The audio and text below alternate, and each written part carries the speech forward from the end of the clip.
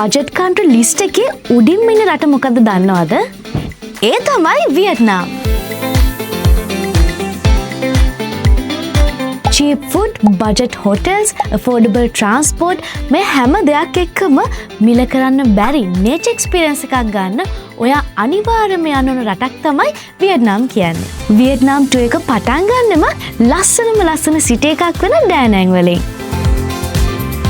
next stop එක තමයි Vietnam වල famous attraction එකක් වෙන Golden Bridge එක. මේ එකම cable car rides, French village and flower garden, Linggung Pagoda, fantasy park experience එක දෙවෙනි දවසේදී ඔයාලට ලැබෙනවා. තුන්වෙනි දවසේ අපි වෙන් කරලා තියෙන්නේ nature lovers ලට දිව්‍ය ලෝකයක් වගේ වෙන සපා experience එකට. හතරවෙනි දවසේදී අපි ඔයාලව අරගෙන යන්නේ Roof of Indochina. එහෙම නැත්නම් වියට්නාම් වල උසම තැන වෙන Fansipan Mountain එක experience කරන්න. Fear, excitement, adventure මේ තුනම එකට experience කරන්න අපි පස්වෙනි දවසේදී ඔයාලව glass bridge එක බලන්න එකගෙන යනවා.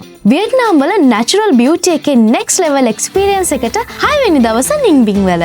මේ tour එකේදී luxury experience එකක් වට දෙන්න ඕන හින්දාම 7 වෙනි දවසේ අපි වෙන් කරලා තියෙනවා Halong Bay cruise එක experience කරන්න. culture එක, history එක, modern city life එක මේ හැමදේම experience කරන්න 8 වෙනි දවසේ අපි වෙන් කළේ Hanoi city tour එකට.